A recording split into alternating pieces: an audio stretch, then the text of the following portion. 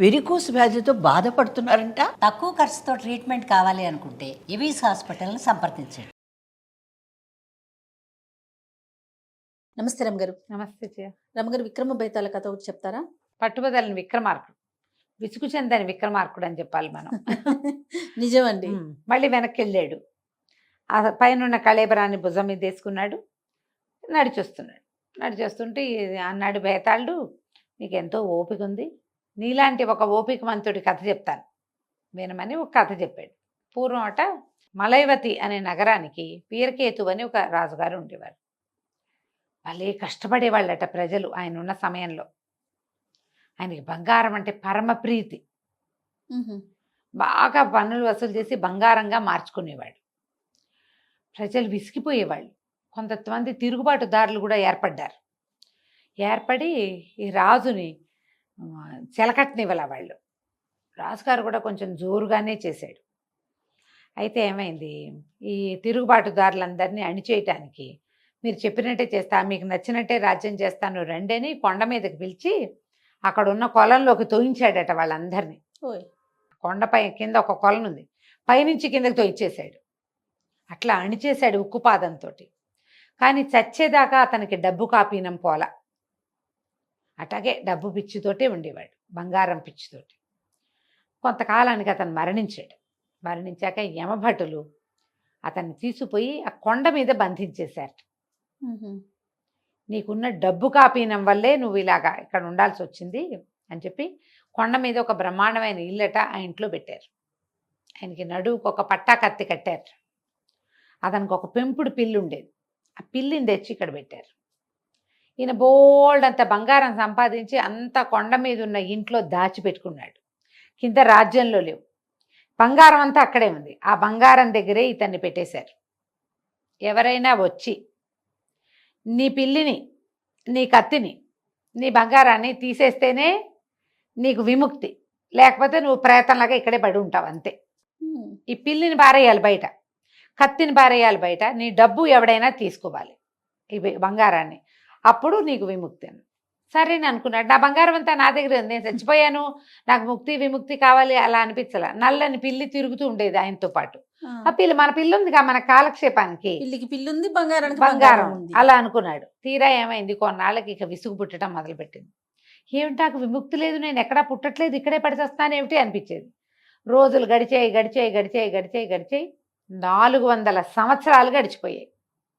మలవేత నగరం కూడా పాడుపడిపోయింది. ఈయన మాత్రం ప్రేతంగా ఇక్కడే ఉన్నాడు, ముక్తి లేకుండా.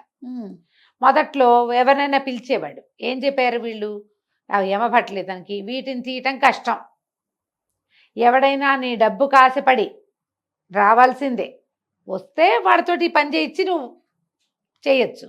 ఈయన కనబడి ఇటైట అనేవాడు. అమ్మో దయ్యం ఉందని పారిపోయేవాడు. క్రమంగా ఆ కొండకి దయ్యాల కొండ అని పేరు వచ్చింది. ఎవ్వరూ ఆ కొండ ఎక్కేవాళ్ళు కాదు. గొడ్డు గోదా ఎక్కితే కింద నుంచే రాళ్ళు వేసుకొట్టి లాక్కుపోయేవాళ్ళు, పైకి రానిచ్చేవాళ్ళు కాదు. మనిషి అన్నవాడు రాకపోతే డబ్బుకి ఏ గొడ్డ ఆశపడుతుంది, మేకలు వచ్చినాయి చూసిపోతాయి, వాటికి ఎందుకు డబ్బు దశకమును ఏం అక్కర్లేదు కదా. అలాగా గడిచిపోయేది. గడిచి 400 సంవత్సరాలు గడిచింది. ఆ వీరకేతు అలాగే పిచ్చైపోతూ అక్కడే ఉన్నాడు పాపం. అయిపోయింది ఈ కథ. అయితే కొన్నేళ్ల తర్వాత, ఈ 400 సంవత్సరాల తర్వాత కిందంతా రకరకాల చిన్న చిన్న గ్రామాలు ఏర్పడ్డాయి. ఏముంది, ఓ చిన్న గుంపు వస్తారు, ఒక 6-7 2 గుడిసెలు వేసుకుని ఉంటారు, వాళ్ళకి పిల్లలు పుడతారు, ఎవరో చుట్టాలు వస్తారు, అట్ట 30 ఇళ్ళు అవుతాయి, అదో గ్రామం. అట్లాగేగా ఉండేవి చిన్న చిన్న ఊళ్ళు. ఇట్లా ఒక 70-80 మంది చేరిన ఒక గ్రామం ఉండేది. ఆ గ్రామంలో ఒక మోతుబరి ఉన్నాడు. ఆయన తొలుగా ఇక్కడికి వచ్చిన వాళ్ళల్లో వాళ్ళ మనవడు. తొలి కాలంలో వచ్చిన వాళ్ళవి స్థలాలన్నీ వాళ్ళవే, అంతేగా జరిగేది. ఈ స్థలాల్లో చాలా మటుకు ఆయనవే మోతుబరి. ఆయనకు ఒక చక్కటి కూతురు ఉండేది, దాని పేరు లక్ష్మి. అయితే గోపాలుడని ఒక కుర్రాడిని పనిలో పెట్టుకున్నాడు. గోపాలుడు భలే టెంపరీ, మహాసాహసి వాడు. ఆ పైనుండి తేనె తుట్టు కొట్టరా అంటే వాడు ఎడం చేత్తో కొట్టేసి కుడి చేత్తో పిండేసేవాడు దాన్ని. అపరిమితమైన సాహసంగా ఉండి వీళ్ళింటూనే ఉండేవాడు. అట్లా యాక్టివ్గా ఉండే మగపిల్లల్ని చూస్తే ఆడపిల్లలకి ముందే మనసు పారేసుకుంటారు. ఈ గోపాలుడు కూడా లక్ష్మి అంటే పరమ ప్రీతి. మా నాన్న ఒప్పుకుంటే పెళ్లి చేసుకుంటాను, నాదేముంది అని చెప్పింది. పెళ్లి చేసుకుందామని ఉంది. అడిగాడు, ఏమండి మోతుపరి గారు, అయ్యగారు లక్ష్మి నాకు ఇచ్చి పెళ్లి చేయండి, నేను మీ పొలాలు గిలాలు అన్నీ నేనే చూసుకుంటాను అనేసరికి వాళ్ళ నాన్న తోక తొక్కిన తాచలాగా లేచాడు. పెద్ద దౌర్భాగ్య మొహము నువ్వు పనివాడివి మా ఇంట్లో, పూటకి ఠికాణా లేదు, నీకు ఇల్లా వాకిలా డబ్బా దశకమా ఏమీ లేదు, నీకు నా లక్ష్మిని ఇవ్వాలా, ఇంతాస్తే నీ చేతిలో పెడతాననుకున్నావా అప్పలంగా అని తిట్టిపోసాడు. చారెడు బంగారం తెస్తే మాట్లాడతా నీతో, లేకపోతే పొమ్మన్నాడు. వీడికి ఎక్కడి నుంచి వస్తుంది, అనాకానికి కొరగాని వాడు వీడు. దాంతో ఇక పెళ్ళి అవ్వదని నిశ్చయించుకున్నాడు. ఆయన చారెడు బంగారం నేను ఎక్కడి నుంచి తెస్తాను అని వాడు వేరే ఊరు వెళ్ళిపోదాం. ఇంక ఇక్కడే ఉంటే ఈ పిల్ల కనపడుతూ ఉంటే మనసు చెదిరిపోతూ ఉంటుంది, అదే ఆ పిల్ల దుఃఖపడుతుంది. వద్దులే అనుకుని వేరే ఊరికి ప్రయాణం అయ్యాడు. బుద్ధిమంతుడైన ప్రేమికుడు అనమాట. ఆ వెళ్తూ ఉంటే కొండ పక్క నుంచి ఆ కొలను పక్క నుంచి వెళ్ళాలి. ఆ కొండ పక్క నుంచి వెళ్తూ ఉంటే పైన ఎవరో ఉన్న ఒక ఆయన పిలుస్తున్నాడు. వీడటా పరకాయించి చూస్తే వీడికి ఎట్లా కనపడింది, ఆయన ఎవరో పాతకాలపు రాజుగారిలాగా కనపడుతున్నాడు. ఓ చూద్దాం ఏమిటో అని పైకి ఎక్కాడు. 4 అడుగులు వేసి ఆయన రా అని పిలుస్తున్నాడు. వెళ్ళాడు దగ్గరికి. వెళ్తే, బాబు నాకు ఒక సహాయం చేస్తావా, నీకు ఎంత బంగారం కావాలంటే అంత బంగారం ఇస్తానన్నాడు. వీడికి బంగారం అనగానే ఆశ పుట్టింది. బంగారం, చారెడు బంగారం లేకే కదా లక్ష్మిని వదిలిపెట్టుకున్నాను అనిపించి, ఏం చేయాలండి అన్నాడు. దాన్ని నేను నిన్ను ఒక చోటికి తీసుకెళ్తానండి, కుర్రాన్ని వెంబడి పెట్టు తీసుకుపోయాడు. లోపల ఒక పెద్ద భవనం ఉంది ఆ కొండ మధ్యలో. దాని నిండా ఆయుధాలే, ఎన్నో ఆయుధాలు. ఆ లోపల తీసుకెళ్ళాడు.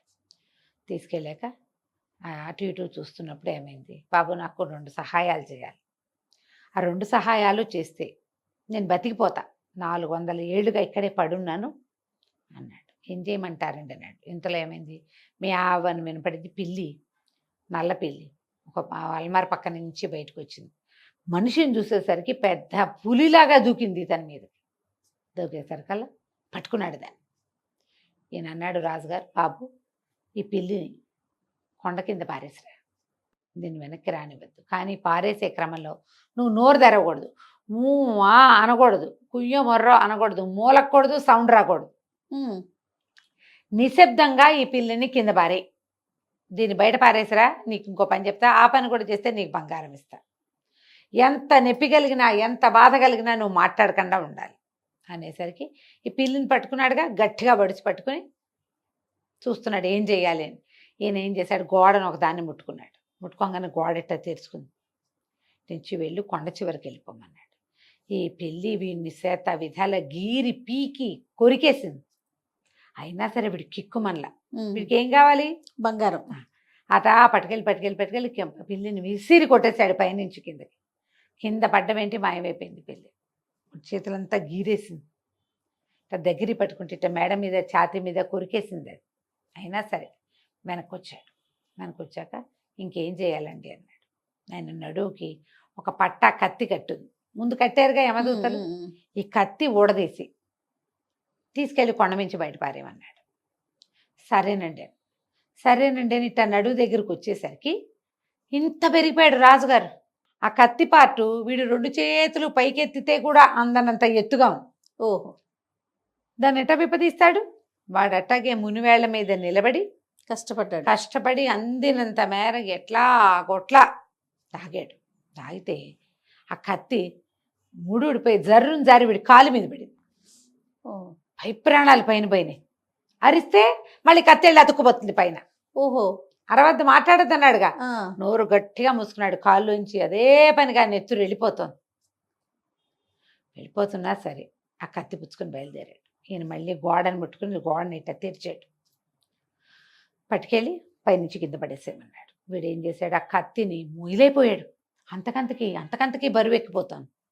దానికి ఇట్ట ఒక తాడు కట్టి ఉందిగా ఈయన నడువుకి, ఆ తాడు పుచ్చుకుని ఎట్టాగొట్ట అడుగులు, కాలేమో బొట్టన వేలు చితికిపోయింది, నెత్తురు గారిపోతోంది, పిల్లంతా పీకేసింది, చేతుల నిండా మండిపోతున్నాయి, పుచ్చుకునేలాగా లేదు, తాడు పట్టుకునే సత్తా లేదు. అయినా సరే వాడు నోరు గట్టిగా మూసుకుని తాడు పుచ్చుకుని ఈడ్చుకెళ్ళి మొత్తానికి కొండమించి కింద పారేసి మళ్ళీ వెనక్కి వచ్చాడు. రాగానే ఆయన అన్నాడు, దానాయన ఇటు రాక అని చెప్పి ఒక లోపల తీసుకుపోయాడు. అక్కడ కొన్ని డ్రమ్ములతోటి బంగారం పెట్టు, నీకు కావాల్సినంత తీసుకో అనగానే వీడేం చేశాడు, వీడికి పైన ఒక ఉత్తరీయం ఉంది. మామూలు తువ్వాలు వేసుకుంటారుగా, తలకు కట్టుకుంటారు, ఆ తువ్వాలు ఇట్ట పరిచి ఒక దోసెడు ఇట్ట డబ్బులు తీసి అందులో పోసాడు. పోసిన మరుక్షణం పెద్ద మోత అయ్యి ఆ ఇల్లు గిల్లు అన్నీ ఎగిరిపోయినాయి. రాజుగారు కూడా లేడు.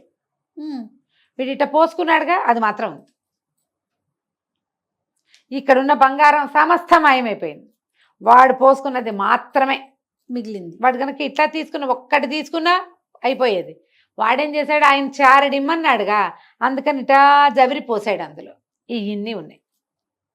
ఆ బంగారాన్ని మూట కట్టుకొని మెల్లిగా కొండ దిగి వచ్చేసాడు. వచ్చి బంగారం ఈయన దగ్గర పట్టుకుపోయాడు. ఆయన పాతకాల బంగారాన్ని చూసి ఆశ్చర్యపోయి దయ్యాల కొండ నుంచి దిగొచ్చాడంటే చాలా గ్రేట్ అని సాహసే కూతురునిచ్చి పెళ్లి చేసేసాడు. ఇప్పుడు బేతాళుడు అడిగాడు, వీడు ఇంత పని ఎందుకు చేశాడు, అసలు లక్ష్మి వద్దులే అని వెళ్ళిపోతున్నాడుగా, వేరే ఊరు బయలుదేరిపోయాడు. వాడు లక్ష్మి కోసమైనా ఇంత పని చేశాడు. రాజుకు సహాయం చేద్దాం అనుకున్నాడా, లేకపోతే సాహసంతో చేశాడా? ఎందుకు చేశాడు ఈ పని? ఈ ప్రయత్నంలో వాడు మొదటిసారి పిలిపీకినప్పుడే చచ్చిపోయి ఉండొచ్చు. రాజుగారు చెప్పాడు, నీకు దెబ్బలు తగలటమే కాదు, నువ్వు చచ్చిపోవచ్చు కూడా. తెలిసి కూడా చేశాడు. ఎందుకు చేశాడు అని అడిగాడు బేతాళుడు. రాజుగారు చెప్పారు, లక్ష్మి కోసం కాదు, వీడు బేసిక్ సాహసి. లేకపోతే వాళ్ళ ఇంట్లో పనిచేసేవాడు, నదురు బెదురు లేకుండా నెలకి రూపాయి జీతం తీసుకునేవాడు, కోటీశ్వరుడి కూతుని మీ పిల్ల నాకు ఇచ్చి పెళ్ళిం చేయండి అని అడుగుతాడా? టెంపర్తనం వాడికి. సాహసి వాడు. సాహసంతో రాజును చూసి వచ్చాడు. ఇంకోడైతే ఆ 400 ఏళ్ల నాటి బట్టలు వేసుకుని ఉన్నవాడు పిలిస్తే వెళ్తాడా? ఆ ఊళ్ళో ఎవరు వెళ్ళాలా, ఆ 100ని పిలిచాడు ఆయన. వీడొక్కడే వెళ్ళాడు. వెళ్ళే సాహసం. ఆయన చెప్పాడు ఏదో ప్లాను, అయినంత అవుతుంది, ఏదైనా సరే నేను చేసేస్తా అని ఉంది వాడికి. పరమ సాహసికుడు అవ్వటం వల్లే ఈ పని చేశాడు. కానీ ఇది లక్ష్మి వాడికి దొరకటం ప్లస్ అంతే. వాడు తీసుకున్న డబ్బులతో లక్ష్మి కుదిరింది. కుదరపోయినా డబ్బులు ఉండేవి వాడికి. ఆయన ఒప్పుకోలేదనుకో, చేసేదేం లేదు.